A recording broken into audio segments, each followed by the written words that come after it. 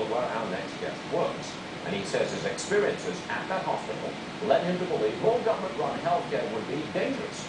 Joining us now is Dr. Petermann. Doctor, it's a pleasure to have you with us. Thanks for coming. Appreciate it. Now, okay, let me give the story. You work at a government-controlled, government-run psychiatric hospital, okay? You work there. Correct. Right. Now, you had a patient. The patient was released against your recommendation, against your wishes. That patient went out, took a hostage. He's a patient at a psychiatric hospital. He goes out, he takes a hostage. There's a standoff.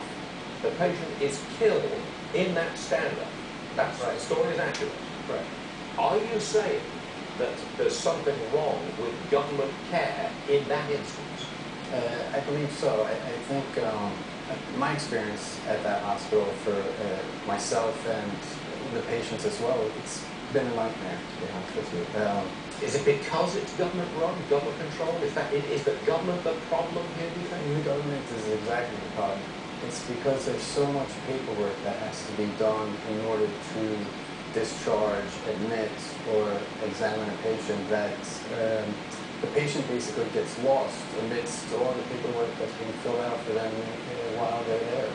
Is it just bureaucracy? It's just bureaucracy. It's not so much who is calling the shots on what's the right treatment, what's the wrong treatment. No. It's just the whole bureaucratic structure. I'm not trying to put it in your mouth.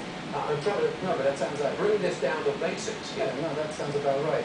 And it's not the fault of the physicians or the nurses that are working there either. I mean, these are dedicated people. It's just that the system that they are working in ignores the individual patient themselves. Can you give me an example of how much paperwork it takes to admit someone? I mean, how many pages? How much time does it take? Yeah. I mean, you couldn't. It's hours. And to be honest with you, the amount of paperwork that's required to transfer a patient out from the hospital, in my opinion, resulted in the death of a patient. They were filling out so much paperwork that they ignored this patient for hours, and then ultimately he died. Can you give me more? Well, let me get this right. You wanted to transfer a patient from one hospital to another hospital. Correct. To do that, you got to fill out forms ad nauseum for hours and hours and hours.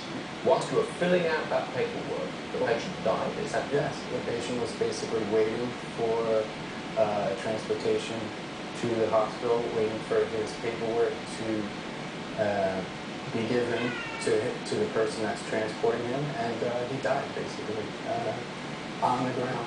You responded, I believe, to our real doctors at foxbusiness.com. Yeah, that's how we got in touch with you. Yeah. We thank you very much for coming by today. We really appreciate it. Hey, thanks a lot. We want to talk to people who are there on the ground, who are experiencing this real time.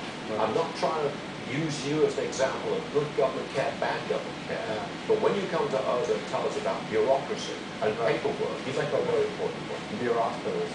Bureauhospitals? Yeah. You coined that one. Hey, Dr. Petermann, a valuable contribution to the debate, and we appreciate you being here. No, thanks a lot for having me. Thanks, Doctor. We do appreciate it. We want to hear from real doctors just